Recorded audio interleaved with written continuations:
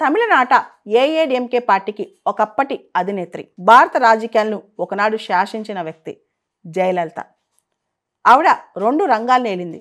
ఒకటి రాజకీయ రంగం, రెండోది సినీ రంగం. అయితే ఆవిడపైన అనేక ఆరోపణలు.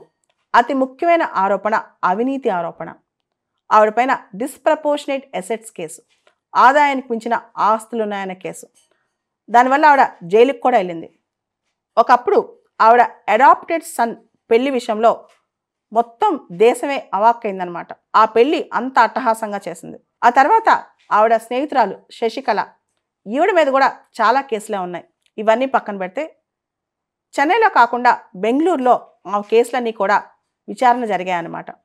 దానికి సంబంధించి ఆవిడ నగలు, ఆవిడ ఆస్తులు, ఆవిడకి సంబంధించిన వ్యవహారాలు అవన్నీ కూడా అక్కడికే ట్రాన్స్ఫర్ అయ్యాయి. ఈ అసెట్స్ అన్నీ కూడా బెంగళూరు ట్రెజరీ దగ్గర ఉన్నాయన్నమాట. వాటన్నింటినీ మొన్న బెంగళూరు కోర్టు వాళ్ళు తమిళనాడు ప్రభుత్వానికి అప్పగించారు.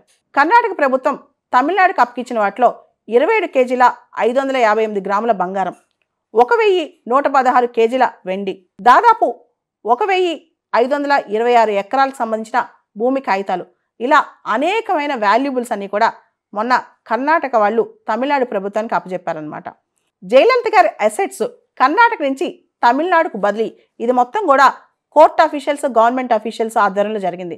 ఏదైతే ట్రాన్స్ఫర్ చేస్తున్నారో అవన్నీ కూడా చట్టబద్ధంగా లీగల్ ప్రొసీజర్స్తో కేర్ఫుల్గా రికార్డ్ చేసి, డాక్యుమెంట్ చేసి, ఫోటోగ్రాఫ్ చేసి తమిళనాడుకు బదలాయించారంట. ఇవన్నీ గమనిస్తే కర్ణాటక నుంచి తమిళనాడుకు ట్రాన్స్ఫర్ అయిన ఆవిడ నగల్లో కానీ ఆస్తుల్లో కానీ ఏమున్నాయని చెప్పి చాలామంది క్యూరియాసిటీతో చూశారు. ముఖ్యంగా గోల్డెన్ క్రౌన్, బంగారపు కిరీటం, చాలా ఇంట్రికేట్ డిజైన్తో చేసిన బంగారపు కిరీటం ఉందంట. మనందరూ తెలుసు జయలలిత లీడర్షిప్ చాలా చాలా స్ట్రాంగ్ అనమాట. దాన్ని సింబలైజ్ చేస్తూ ఒక అద్భుతమైన బంగారపు కిరీటం ఉందంట. తర్వాత ఇంట్రికేట్ డిజైన్స్తో ఒక స్వాడ్, ఒక పదునైన పెద్ద అద్భుతమైన డిజైన్స్తో ఉన్న కత్తి ఉందంట. దాంతోపాటు రకరకాల బంగారం, వెండి ఆభరణాలు ఇవన్నీ కూడా ఉన్నాయంట ఆవిడ ఖజానాలో. అసలు తమిళనాడు మాజీ సీఎం జయలలిత గారి మీద ఆదాయానికి మించిన ఆస్తులు, ఈ కేసు 18 సంవత్సరాలు నడిచిందంట. ఆవిడ కొంతకాలం సీఎంగా ఉన్నప్పుడు కేవలం రూపాయే శాలరీ తీసుకున్నారు. రూపాయి జీతంతో ఇదంతా ఎలా సంపాదించిందని చెప్పి కోర్టు ఆవిడని ప్రశ్నించింది. ఆవిడని తమిళనాడు నుంచి బెంగళూరు తీసుకెళ్లి అక్కడ జైల్లో పెట్టారనమాట. ఇదంతా ఆవిడ చనిపోవడానికి ముందు జరిగిన కథ. తర్వాత మళ్ళా ఆవిడ బెయిల్ తీసుకుని తిరిగి వచ్చి సీఎం అయ్యారు. ఆ తర్వాత 2016లో చనిపోయారు. జయలలిత గారి జీవితం, మరణం ఇప్పటికొక మిస్టరీ. ఆవిడ ఏం చేశారు, ఎలా బతికారు, ఎలా మరణించారు అనేది తమిళనాట అందరికీ క్యూరియాసిటీ. చివరికి మకుటం లేని మహారాణిగా ఆవిడ మనల్ని వదిలేసి వెళ్ళిపోయింది.